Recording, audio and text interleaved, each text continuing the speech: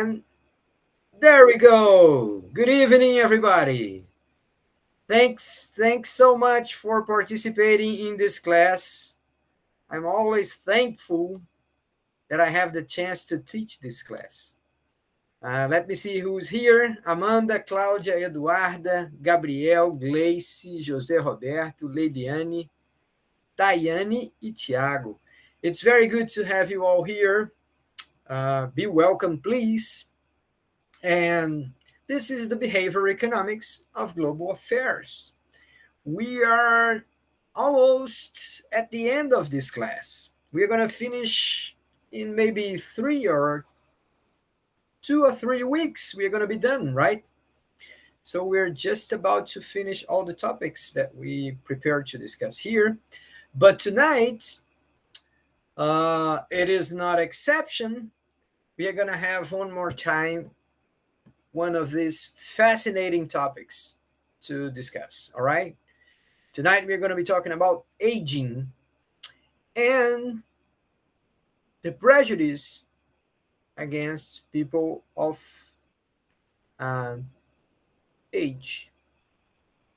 Nós vamos falar sobre isso, pessoal. Nós vamos falar sobre o envelhecimento da população, vamos falar sobre o preconceito, que aqui no Brasil a gente chama de etarismo. In English, we call that ageism. So it's the word age, de idade, and we add ISM. So ageism, right? No Brasil, a gente chama de etarismo, preconceito contra pessoas de maior idade, de mais idade. Eu não gosto de falar de pessoas idosas, não, porque if you think about it, even people like me can suffer prejudice. Actually, all ages can suffer prejudice, right? We can get like very young people trying to reach out for higher levels in a company, in the management of a company, and people will look at them and say, oh, come on, what is this kid doing? What does this kid know? You know, using this expression, you know, associating you with childhood or something like that. So that can also be prejudice, right? You can also be discriminated, either being of higher age or low age, right? If you are younger, you can also be discriminated. So yeah, this is a big topic. And this is a global issue, right? The whole society is getting older. We are having fewer kids, fewer children, and we are living longer. So the average age of our population is getting higher and higher, much faster than we expected before. Então, pessoal, essa é uma questão global. A gente está tendo menos filhos, a gente está vivendo por muito mais anos. Isso significa que nós temos uma média de idade populacional muito mais alta, muito acima do que a gente esperava que fosse acontecer a essa altura do campeonato. So, let me ask you this first. Do you think that this is an issue? Vocês consideram que essa questão é uma questão preocupante?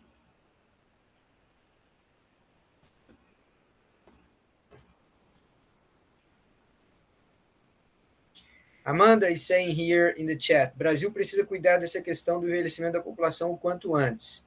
Yes, Amanda, Brazil is of a special concern because we haven't solved the problems of young people, and we are just about to have like a much, much, much larger population of people of age, and then they will present their needs, their special needs, to a society which has not solved previous problems. Professor. Pode falar, Liliane, por favor. De acordo com alguns estudos, né, do IBGE, da ONU, em 2025 a gente atinge, né, essa marca de ser um país idoso, né? Uhum. Um país considerado idoso, e nós temos algumas políticas públicas no papel, né? Mas, de fato, nós não temos assim políticas eficazes, né, para dar o suporte que os nossos idosos precisam. Yeah, that's true. And think about this, Liliane. You know, a couple of years ago, the governor of Pernambuco, she was elected saying that she was going to create more creches, right? She's going to deliver many more child care facilities. Então, a promessa da governadora para ser eleita há 2 anos atrás era de que ela ia criar muitas creches. Can you believe that in a few more years, we are going to be electing governors that say, oh, I'm creating more houses for older people. Daqui a pouquinho, nós vamos estar falando de governadores sendo eleitos, prometendo entregar mais casas de longa permanência para pessoas idosas. E não mais creches. It's just a matter of time. This is happening. So it's a huge change in our society. Think about this. Suppose that you, Gabriel, you finish school here, you have a job, you have to hire a team, and then you get the candidates. And when you start interviewing the candidates, you realize that half of them is 55 years or older. Imagine que você está lá precisando contratar uma nova equipe de vendas, aí você seleciona 10 currículos, 5 dos currículos que você selecionar, os melhores, vão ser de pessoas que têm entre 55 e 65 anos. You're going to say, what? Am I going to hire all these people? I mean, will they be able to deliver what I need? You see? The question is getting deeper and deeper. You may end up thinking, are businesses prepared to hire these people? Porque hoje em dia, as empresas não precisam contratar pessoas mais velhas. Pelo contrário, elas discriminam e podem contratar só os jovens. Mas imagine quando você não tiver opção. Can you see how much we are going to have to adapt the business environment and the business processes so that we can hire older and older people? You see, what I'm trying to tell you here is that those changes are coming. We better get ready for them. And one more time, this is probably the single class you're going to have throughout college that is talking about this issue. Levanta a mão aí se alguém já discutiu envelhecimento populacional em alguma outra disciplina do tempo que está aqui estudando na universidade.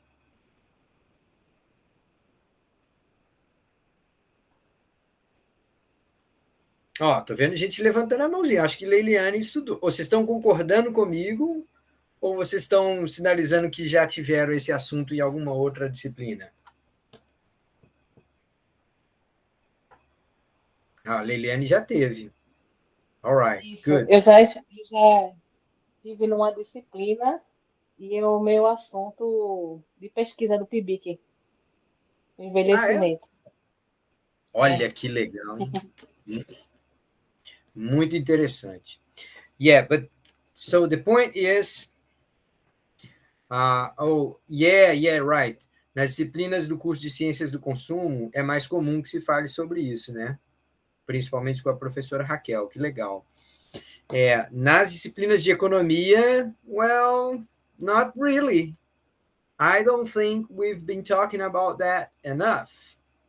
So this is a huge issue, and we have to pay attention to this because this is what is coming, right?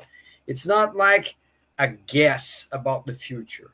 This is already happening, and it's gonna happen faster and faster. Now, let me show you here some of my class notes. Sim, Amanda, é imprescindível que a gente discuta essa questão na economia, não tem dúvida, não. Nós precisamos, sim. All right, so please confirm to me that you can see now my set of class notes there. Can you?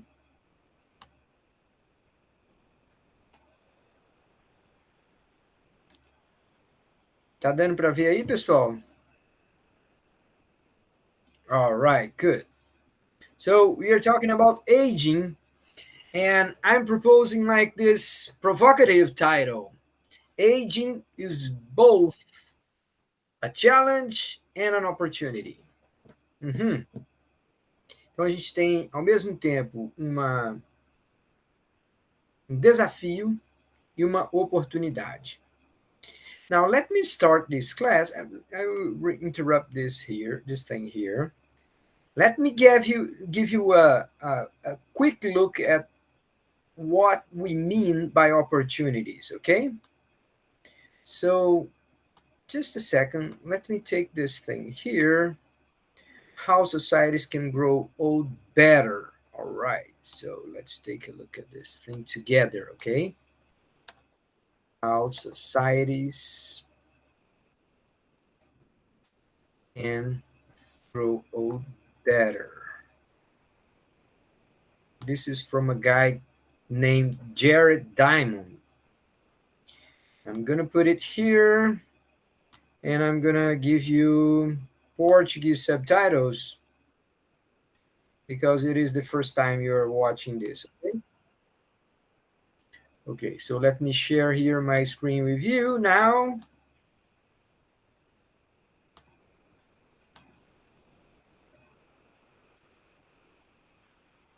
All right. I'm gonna put it larger like this. To give me an idea how many of you here may find what I'm about to tell you of practical value, let me ask you please to raise your hands. Who here is either over 65 years old or hopes to live past age 65 or has parents or grandparents who did live or have lived past 65? Raise your hands, please. Okay, you are the people to whom my talk will be of practical value. The rest of you won't find my talk personally relevant, but I think that you'll still find this subject fascinating. I'm going to talk about growing older in traditional societies. This subject constitutes just one chapter of my latest book, which compares traditional, small, tribal societies with our large, modern societies with respect to many topics such as bringing up children, growing older, health, dealing with danger, settling disputes, religion, and speaking more than one language. Those tribal societies, which constituted all human societies for most of human history, are far more diverse than are our modern, recent big societies. All big societies that have governments and where most people are strangers to each other are inevitably similar to each other and different from tribal societies. Tribes constitute thousands of natural experiments in how to run a human society. They constitute experiments from which we ourselves may be able to learn. Tribal societies shouldn't be scorned as primitive and miserable, but also they shouldn't be romanticized as happy and peaceful. When we learn of tribal practices, some of them will horrify us, but there are other tribal practices which, when we hear about them, we may admire and envy and wonder whether we could adopt those practices ourselves. Most old people in the US end up living separately from their children and from most of their friends of their earlier years, and often they live in separate retirement homes for the elderly, whereas in traditional societies, older people instead live out their lives among their children, their other relatives, and their lifelong friends. Nevertheless, the treatment of the elderly varies enormously among traditional societies, from much worse to much better than in our modern societies.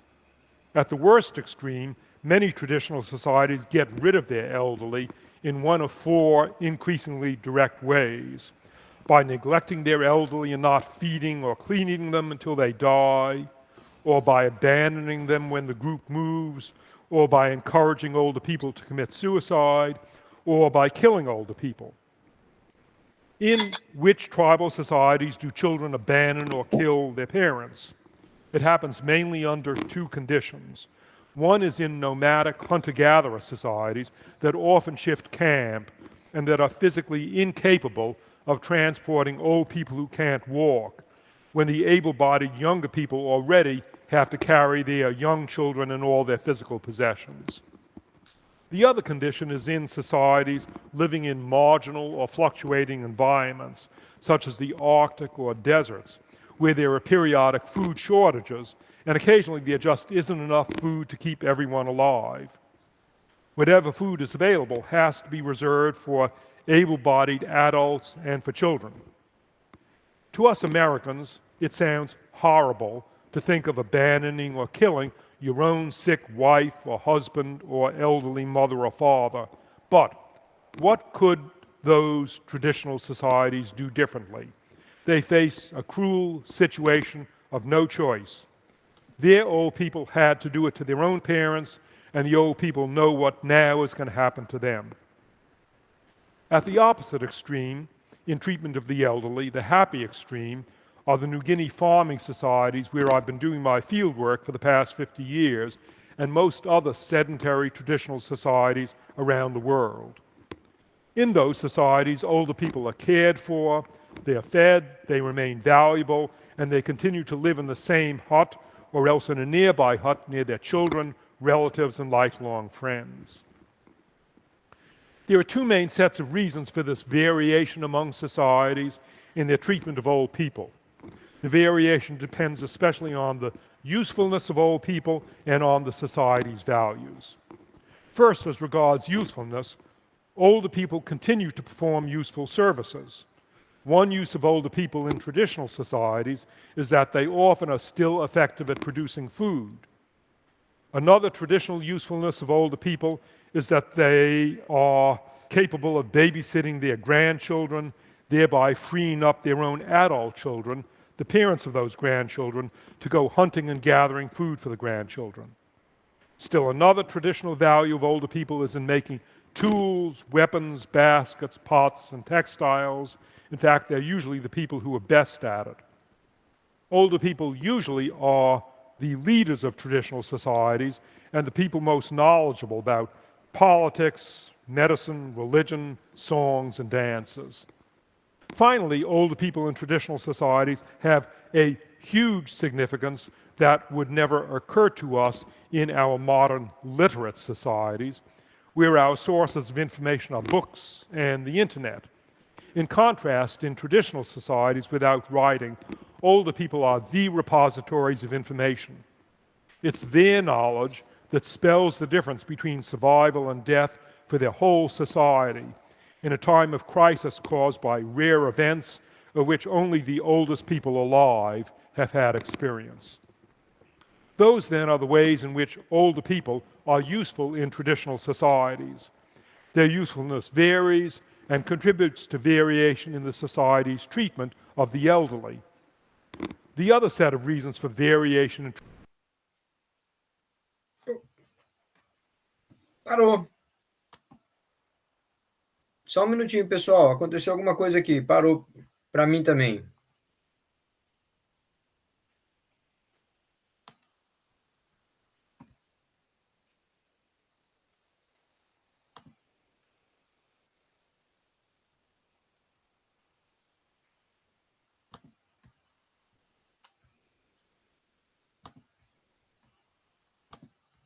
Pessoal, vocês estão me ouvindo, por favor? Só para eu saber. Estão ouvindo, né? Tá, deixa eu fechar um pouco de coisa aqui, porque eu acho que é informação demais aberta aqui no meu computador, para variar. Quando tem página demais aberta, ele dá um pipoco aqui e trava. Só um minutinho.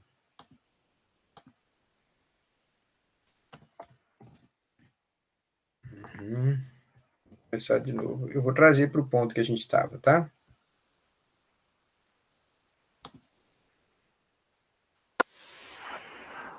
Só um minutinho.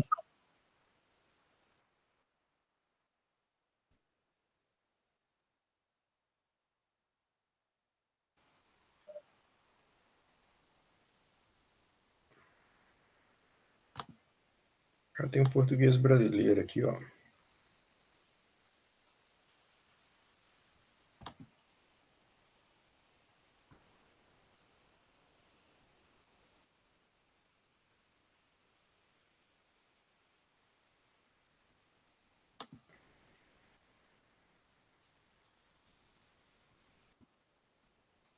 Só um minutinho, tá, pessoal?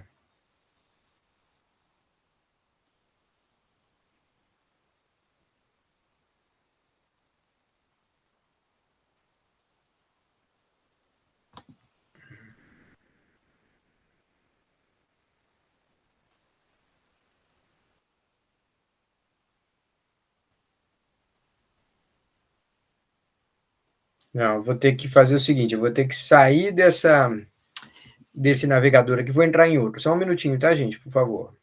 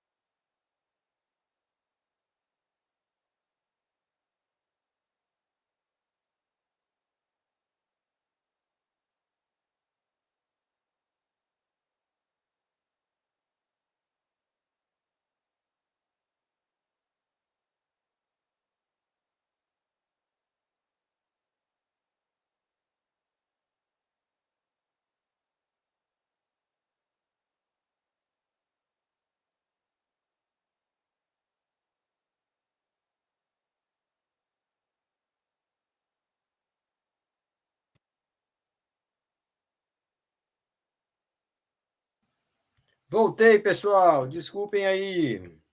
Estão me ouvindo? Faz um joinha aí, por favor, se vocês estão me ouvindo. Ah, obrigado. Vou tentar de novo compartilhar aqui, mas se parar, a gente vai deixar de lado esse vídeo e vai só comentar sobre ele, tá bom? Tentar mais uma última vez, que eu sou um cara persistente.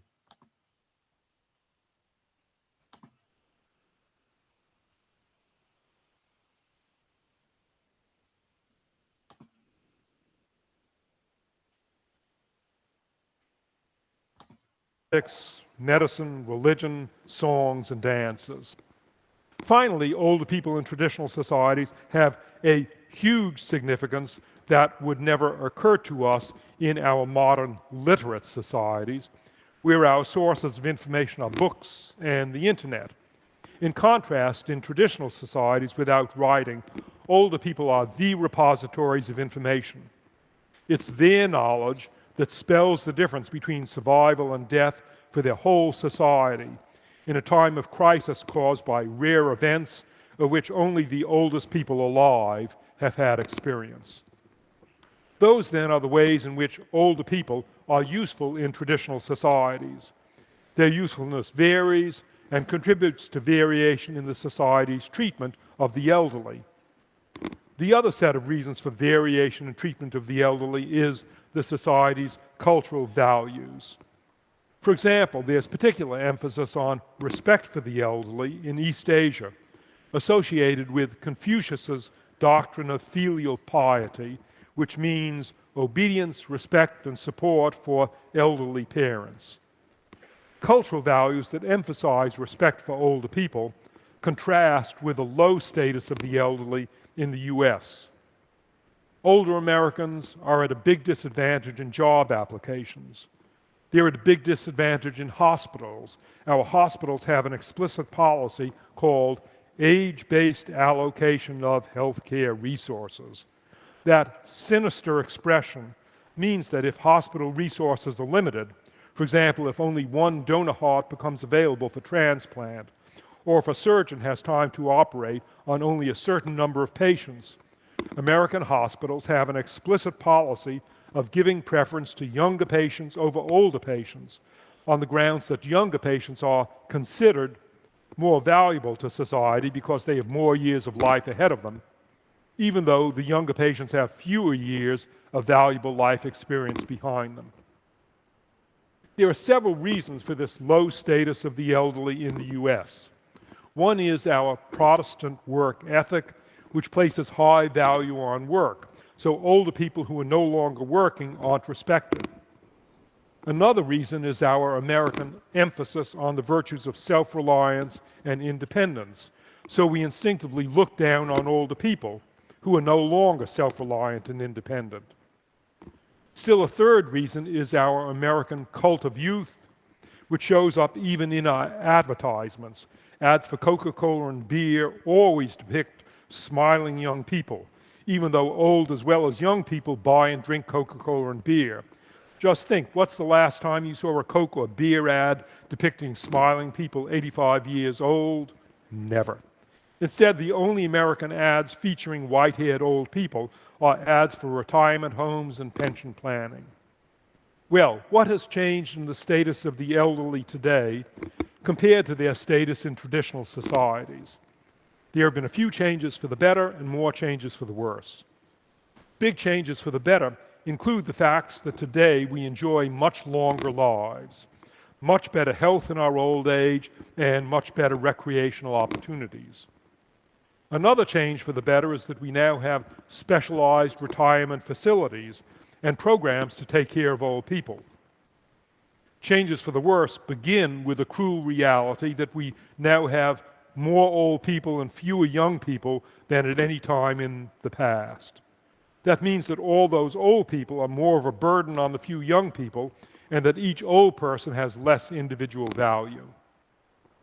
Another big change for the worse in the status of the elderly is the breaking of social ties with age, because older people, their children and their friends, all move and scatter independently of each other many times during their lives. We Americans move on the average every 5 years. Hence, our older people are likely to end up living distant from their children and the friends of their youth. Yet another change for the worse in the status of the elderly is formal retirement from the workforce, carrying with it a loss of work friendships and a loss of the self-esteem associated with work.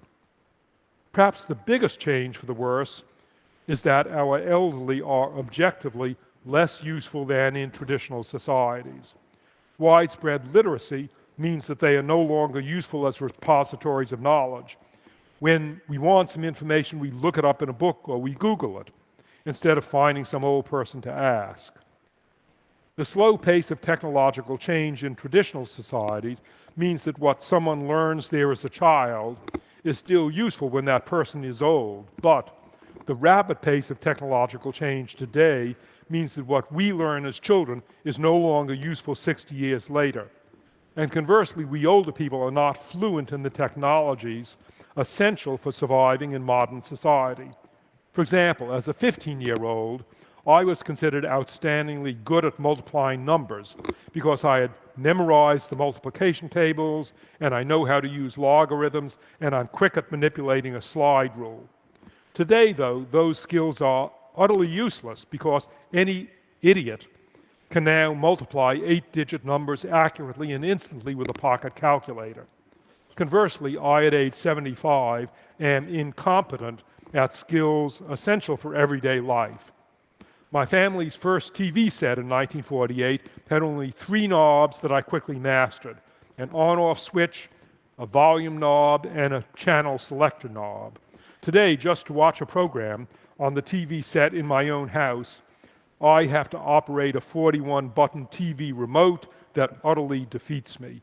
I have to telephone my 25-year-old sons and ask them to talk me through it while I try to push those wretched 41 buttons. What can we do to improve the lives of the elderly in the US and to make better use of their value? That's a huge problem. In my remaining 4 minutes today, I can offer just a few suggestions.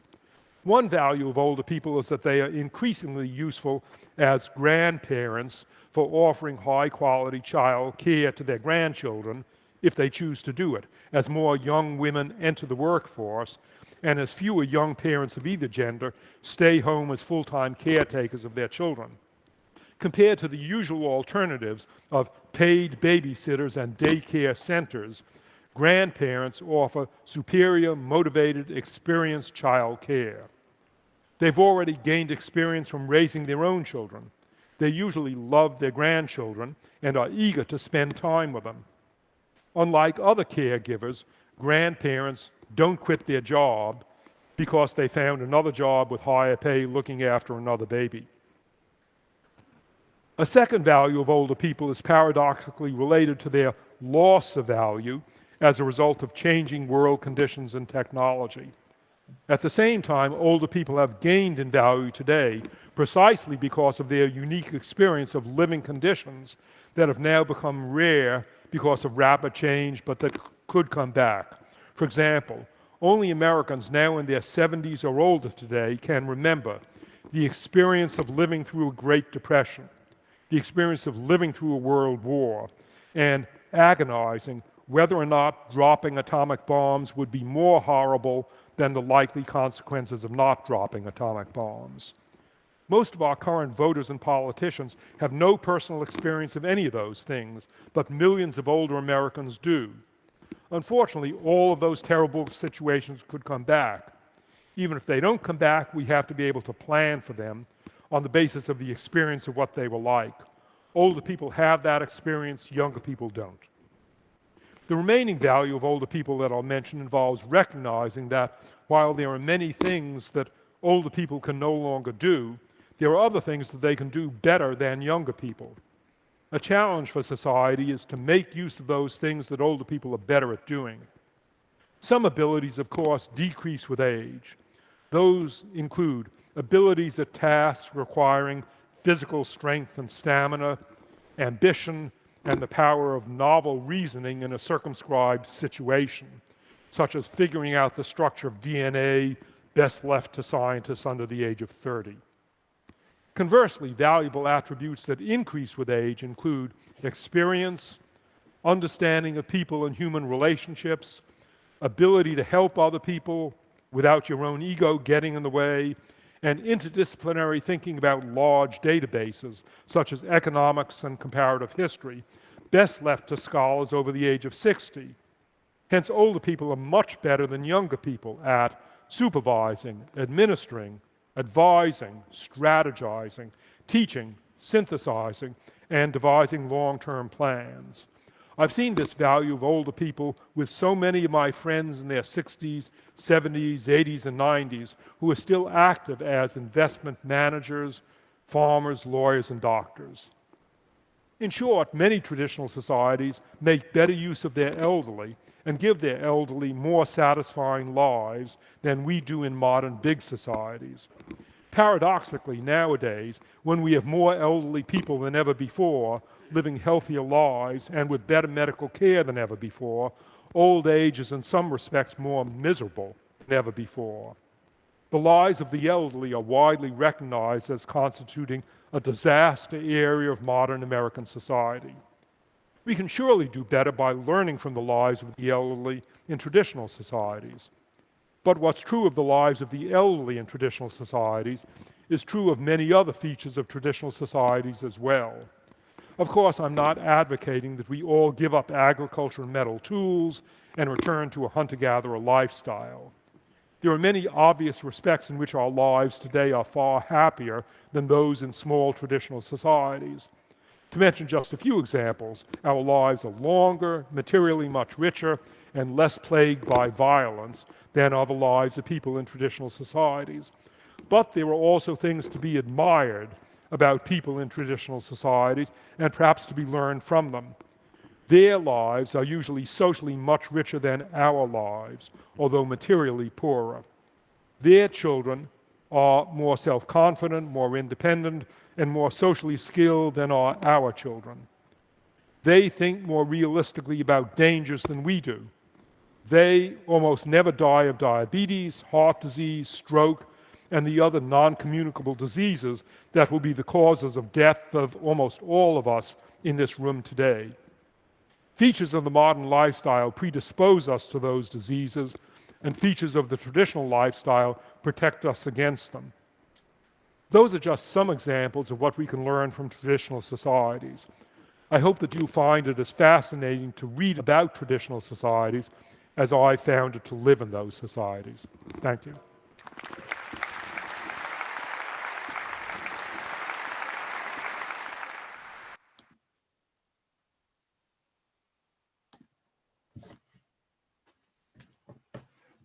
Então, pessoal, gostaram dessa palestra? How did you like this presentation?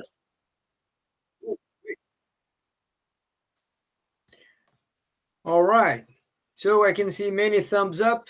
I understand that you guys liked it. But let me ask you, what especially did you like? Me digam aí, por favor, algum aspecto que despertou vocês, que os tocaram ou os tocou. Quem gostaria de comentar? All right, I will start. The first thing that I want to mention about this talk is that first, this guy seems to be very, very clever, right? He's very articulate. He can speak and express himself very, very clearly and, perfectly. You can understand completely what he's saying in a very structured reasoning, right? Então, é uma pessoa realmente com um pensamento muito estruturado. Essa é a primeira coisa que me chamou a atenção. Second thing is that he tries to explain why older people have such a low status in modern societies. And then he comes up with two sorts of way of understanding that. First is usefulness, and second, he mentions the values of a society, right? Então, para entender por que hoje as pessoas mais velhas têm um status tão limitado na nossa sociedade, ele oferece dois caminhos de explicação. Um é a utilidade, capacidade para o trabalho, ou valor que se dá ao trabalho dessas pessoas, e a outra são os próprios valores culturais de uma sociedade, que acabam dando pouca importância para o conhecimento tradicional, para os conhecimentos aprendidos em outras décadas e outras gerações. All right, what else? Quem é que gostaria de citar aí também algumas coisas que ele falou? Exemplos de aspectos que vocês acharam interessante, pessoal. Posso falar, professor? Pode falar, por favor, Thiago. Eu acho interessante o fato dele falar que as pessoas mais velhas, elas entendem o que é passar pelo período, né, o que foi passar pelo período da Grande Depressão, e do porquê não lançarem bombas. Isso para Isso. mim chamou muito a minha atenção, né, porque, assim, a gente passa por dificuldades, né, mas a gente não sabe como foi na época das pessoas mais velhas, né, coisas mais sofridas ainda, né, a gente não tem essa noção, somente nos livros, né, mas, assim, sentir na pele como foi naquela época, a gente não faz nem ideia. Isso é muito preocupante também, porque os erros do passado, eles podem se repetir no futuro por causa disso. Excelente, é exatamente isso. Esse é um ótimo argumento, Thiago. Curiosamente, até alguns anos atrás, as pessoas falavam também em relação à pandemia, né, que a nossa sociedade nunca tinha vivido uma pandemia, e agora sim, agora já tivemos essa experiência, infelizmente. Leiliane, estou vendo sua mãozinha levantada. Go on, please. Só um comentário rápido. Quando ele falou, né, sobre a valorização do idoso, né? E, deixa eu só diminuir aqui o volume. Tá dando eco, né? Tá dando um pouquinho, mas pode falar. Pronto. Então, quando ele falou sobre a valorização do idoso, né? Quando ele falou assim que ninguém mais consulta o idoso, né? Vão recorrer a livros, a Google, né? Se a gente for voltar bem lá atrás na história, o idoso era tido como o detentor, né? Do conhecimento, das habilidades e que poderia fornecer e que ensinar, né? Na verdade, o ofício e toda aquela coisa que ele sabia da religião, das químicas, da magia, né? De tudo que ele sabia. E quando a gente vem passar na Revolução Industrial, né? A gente vai ver que os jovens, que a força de trabalho, né? Tomou lugar e os idosos foram ficando à margem aí. E hoje é isso que a gente vive, né? Os idosos estão sempre, vamos dizer assim, não estão em lugar de prioridade nas famílias, na vida da nossa sociedade, e deveria ser diferente, né? Como eu falei para o senhor, eu faço PIBIC, né? E a minha pesquisa é relacionada a envelhecimento, consumo e qualidade de vida. E quando a gente chega nessa parte, por exemplo, que é o meu estudo esse ano, falando sobre beleza, né, a parte dos cosméticos, vestuário, moda, calçados, a gente vai ver que é um nicho de mercado que é muito escasso. A gente, por exemplo, se for numa loja de departamento, você encontra um sapatinho de bebê dos diferenciados modelos, mas nessa mesma loja, um sapato ou uma roupa que atenda à necessidade de um idoso, né, a flexibilidade, usabilidade, toda a parte ergonômica, a gente não vai encontrar. Então, eu acho que a gente se perdeu em algum lugar em não valorizar o idoso, a história, a sua trajetória, né? Tudo aquilo que ele pode oferecer e contribuir para as nossas vidas. Very good, Liliane. Yes, I agree with you. And let me just add a couple of points to this discussion. Please notice that nowadays there are people talking about the silver economy. Have you heard that expression? Já ouviu falar da economia prateada, a economia grisalha? Well, it turns out that the amount of consumers that are getting to older ages is bigger and bigger all the time. So at some point, many businesses are starting to realize that if they want to keep selling, they will have to attend to that public. You see? Então, existe a emergência de toda uma economia para atender às necessidades das pessoas com mais idade, porque o contingente da população está ficando cada vez mais. Amanda is also writing something here in our chat box. Let me check here. There are some contributions here. Amanda, Quando a questão cultural, ele citou até a influência de Confúcio na estrutura da sociedade chinesa e o respeito dos mais velhos por esses terem justamente mais experiência de vida e, com isso, trazerem grandes contribuições à sociedade. Yes, that's a marked difference when you see the West and the East, right? A vida no Ocidente e a vida no leste, né, nos países orientais, é marcadamente diferente por esse aspecto, o respeito dos idosos e o status dos idosos. A Tayane está falando aqui, achei interessante a questão do controle remoto, que ele disse que na época dele eram apenas 3 botões, e hoje são vários, ele precisa pedir ajuda aos filhos. É complicado, porque às vezes os filhos não têm paciência para explicar. Exactly. Minha tia me pede ajuda para comprar as coisas online. Então, Tayane, olha só, a gente está criando uma sociedade que não atende metade da sociedade. Já pensou? Os produtos não atendem a uma metade da sociedade.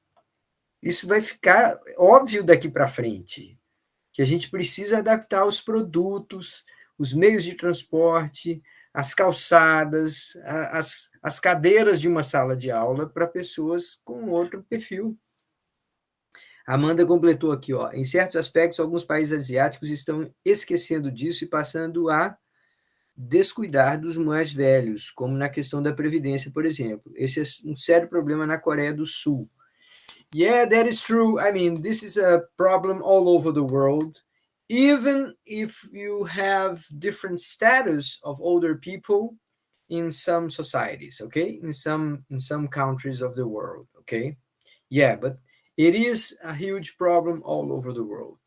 But can you see now what I mean when we say that this aging society brings up both challenges and opportunities? Tá mais claro agora, gente, por que eu estou dizendo que uma sociedade mais velha, envelhecida, pode trazer não apenas desafios, mas também benefícios? All right, so this is like the main point here, the first good point that we wanted to emphasize. Let me just stress out a few more ideas about this thing. Cadê meu PowerPoint aqui? Deixa eu resgatá-lo.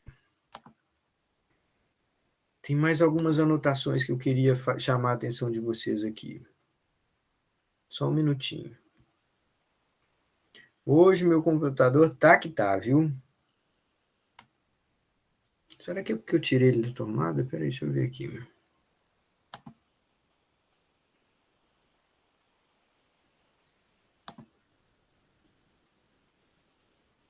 Uhum.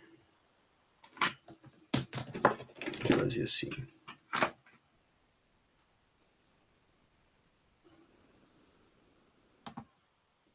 Aqui. All right, so you guys can see now? Yes, you can. All right, so Jared Diamond is the name of this fellow here. And one other thing that he mentioned is that older people are obviously useful, especially when we think about family services. Pessoal, aqui também no Brasil, a gente sabe que tem muitos avós e avós que acabam assumindo a função de cuidar dos netos, para que os pais vão trabalhar, né? A ideia de que eles são apenas um peso ou uma dificuldade ou uma demanda já está muito distante da realidade no Brasil. Cada vez mais a gente entende que as pessoas mais velhas contribuem diretamente para o sucesso de uma família, tá?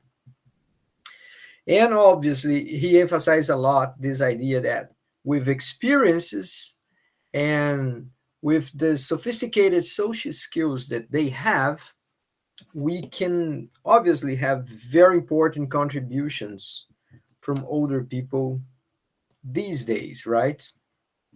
All right, so let me check here what you guys are seeing. Yeah, you are seeing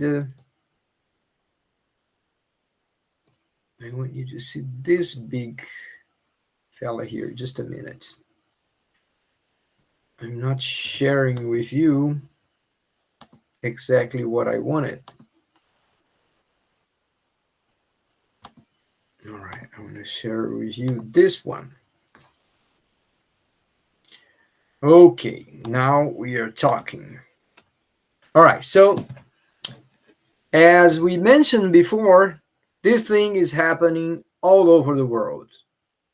Even if you have still large differences in longevity, life expectancy, when you compare countries like Ethiopia or South Africa with Japan, you still have like huge differences, but all societies are living much, much longer, right?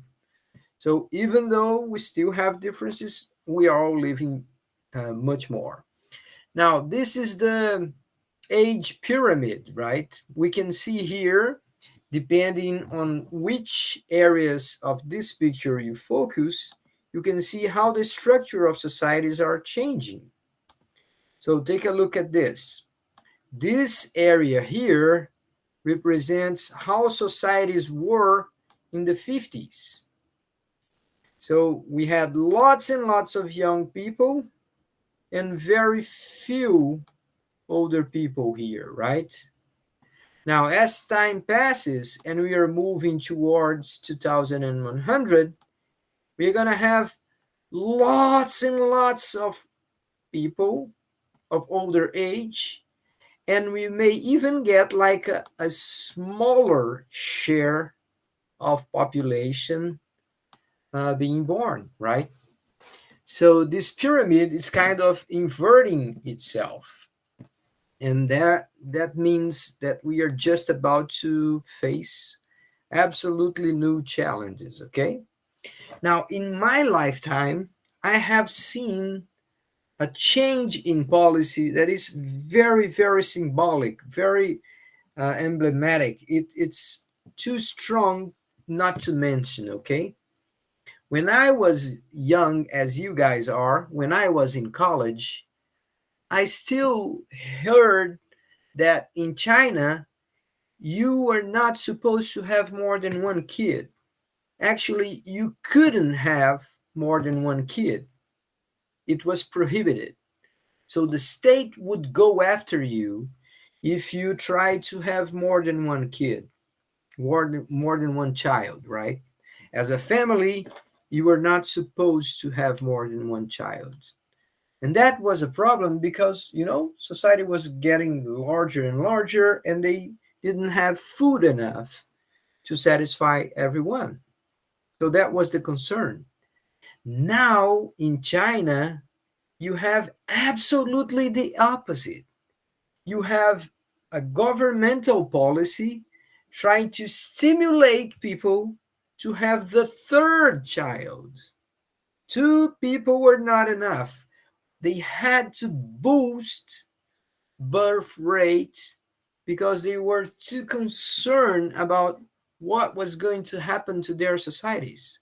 Who's going to work? Who's going to sustain all the work and all the necessities of a society? So in my lifetime, I see this changing drastically from one extreme to the other. And these things are getting more frequent. You start seeing that all the time. Here in Brazil, you see newspapers saying things like this: mais funerais e menos batizados. Como o futuro encolhimento da população transformará o mundo. It's not only in China or in the United States. It is all over the world. All right, guys. So let me tell you about what we are learning with all of this, okay? And for that, I'm going to refer to this study. The study is called Golden Aging. Então, envelhecimento dourado, envelhecimento precioso. Isso é um estudo que foi realizado principalmente para economias asiáticas, mas os achados servem para todos nós, tá? So the study goes about the prospects for a healthy, active, and prosperous aging, both in Europe and in Central Asia, ok? Então, as perspectivas para que se tenha um envelhecimento saudável, ativo e próspero na Ásia e na Europa. All right. Now, this diagram is one of my favorite diagrams, so I'm going to explain it to you, and I want you guys to pay attention because there are lots and lots of messages synthesized in this diagram. Então, presta bastante atenção nesse diagrama, gente. Tem um monte de mensagens importantes que estão sintetizadas, organizadas numa única representação, num único diagrama, tá? I'm going to read it with you carefully so you guys can understand how cool this is, ok? Eu vou ler cuidadosamente aqui com vocês para todo mundo entender o quanto que esse diagrama é realmente espetacular, tá? All right, so let's first pay attention to this, okay? Here we are talking about two dimensions. On the upper side of the diagram, we are talking about demography, the characteristics of a population. And in the lower side of the diagram, we are talking about economy, economics aspects, okay? Então, na parte de cima, aspectos demográficos, na parte de baixo, aspectos econômicos. All right, so on the left-hand side, we're talking about challenges that we must pay attention to. And on the right-hand side, we're talking about opportunities that we should be watching for, right? Waiting for or trying to catch, ok? Então, ó, lado superior, aspectos demográficos. Lados inferiores, aspectos econômicos. Lado esquerdo, desafios, problemas. Lado direitos, oportunidades. All right. So let me clean this thing a little bit here and let's start analyzing this. Oh, wait. I want to erase all of this. Apagar toda a tinta. Okay. All right. So let's start with this guy here. Let's talk about opportunities from an economics standpoint, okay? Now, if you think about economics and opportunities that come up with aging, well, first you have to look at this, okay? We don't need so many schools anymore. Pensa nisso, gente. Daqui a pouco vai começar a sobrar escola. A gente não vai ter criança para tanta escola.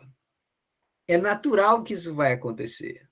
A gente vai ter que redesenhar o nosso sistema escolar para pensar assim, não tem tantas crianças, mas ainda tem muitos adultos querendo reaprender uma profissão ou mudar de profissão.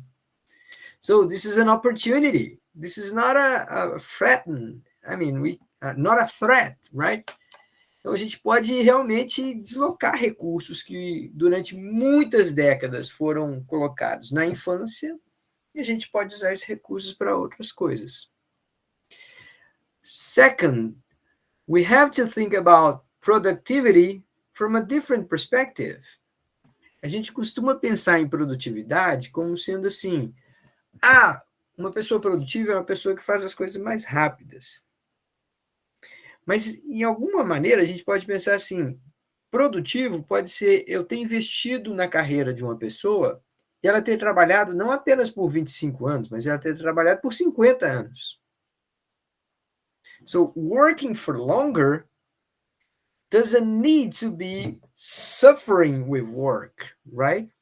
You can have like working conditions that will bring people meaning, right?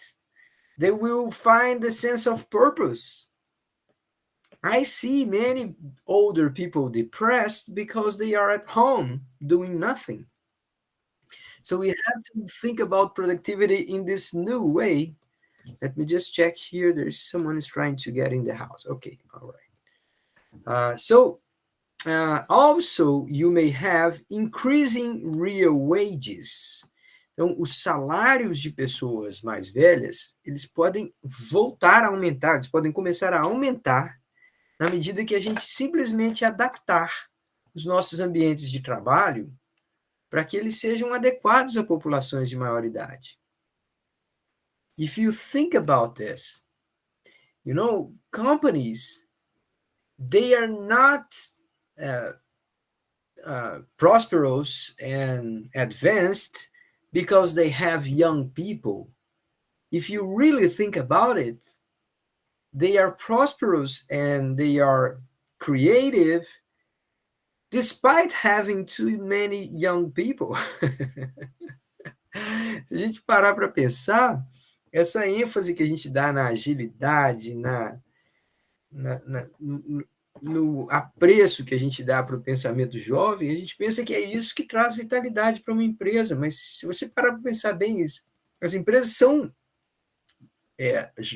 ágeis, são bem-sucedidas, apesar de ter tanta gente jovem, que muitas vezes não tem experiência, que muitas vezes não tem um olhar mais voltado para alcance de resultados.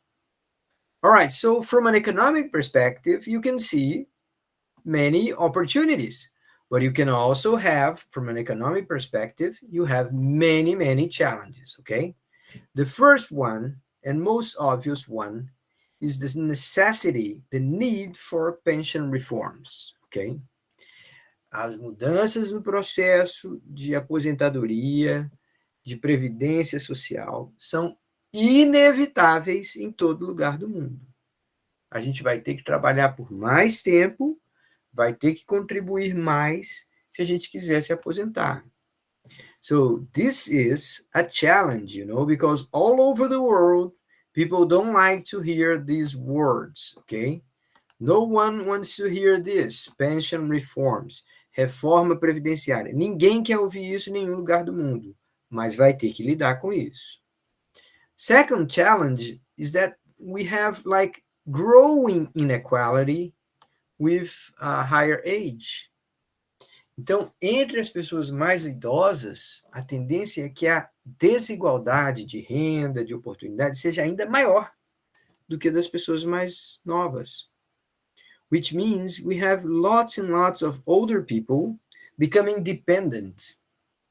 We have to think this through because they don't need to depend. They can actually contribute, but we have to give them a chance to do so, all right? And finally, you have like higher labor participation and savings rates. So this can also be a challenge because people will not spend. Então, se as pessoas não só pouparem, se as pessoas não entenderem a necessidade de poupar e essa poupança não for canalizada para bons investimentos, a gente pode ter uma sociedade ineficiente. Obviously, all of those will meet the problems of running governments, right? The state. So we have fiscal pressure, the demand for more expenditures, and the difficulty to raise more taxes. Uma sociedade mais velha vai ser uma sociedade que provavelmente vai ter estados maiores, que, portanto, tem que arrecadar mais, mas tem que gastar melhor. So we are going to have lots and lots of discussions like this all over the world on how to reform the state for an aging population, okay? The same thing with demography, right? The demographic aspects. We can also have like positive opportunities, right? Positive aspects, opportunities from a demographic standpoint. And we also have challenges. For example, low fertility. A baixa fertilidade, gente, o número de pessoas nascendo ser muito pequenas, é um enorme desafio do ponto de vista demográfico. We're going to have to reform our labor markets to address these issues, right? O fato da gente ter cada vez... Eu estava comentando aqui mais cedo. Imagine lá uma pessoa entre vocês se formar, está tentando montar uma equipe, está entrevistando candidatos, e aí 60% dos candidatos que aparecem têm mais de 60 anos. Imagine, isso vai acontecer. We are going to have to adapt the market environment so that people with higher ages, with more age, to be able to work, right?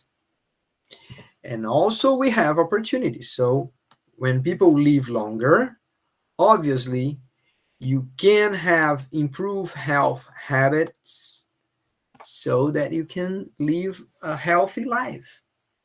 Então, hoje em dia, com a medicina e com os cuidados que a gente tem, é perfeitamente viável que uma pessoa aos 70 anos tenha uma vida saudável, consiga trabalhar bem, sem sentir dores, sem sentir tonteiras, sem passar mal.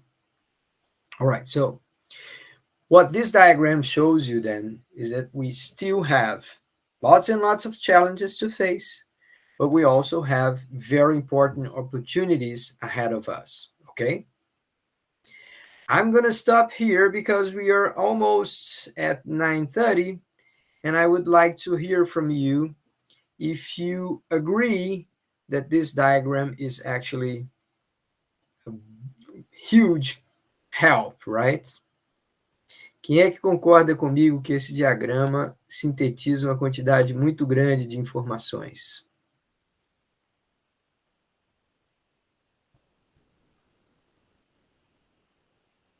All right.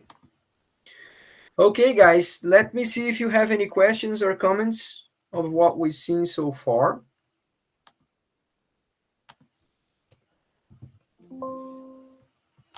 No?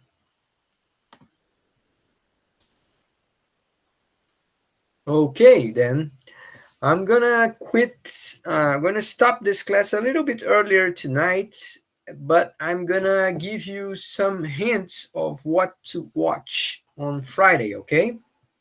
Pessoal, nós estamos terminando a aula um pouquinho mais cedo hoje, porque é um assunto um pouco mais denso, não quero ninguém cansando demais, mas eu vou passar para vocês um material para vocês assistirem na sexta-feira, tá? E antes da sexta-feira também eu vou lançar a sexta lista de exercícios.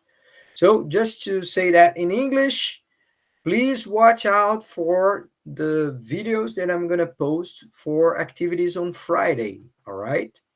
And please watch out that I'm also sending out this 6th list of exercise, okay? It's only going to be due next week. You're going to have time to work on it. But yeah, in the next few days, I'm going to release the 6th list of exercises, okay? All right, then any questions, comments, or complaints? Okay, guys, I'm going to stop here. I'm going to stop recording, and I'm going to be here for a few more minutes if you want to talk to me. Otherwise, enjoy the rest of your evening.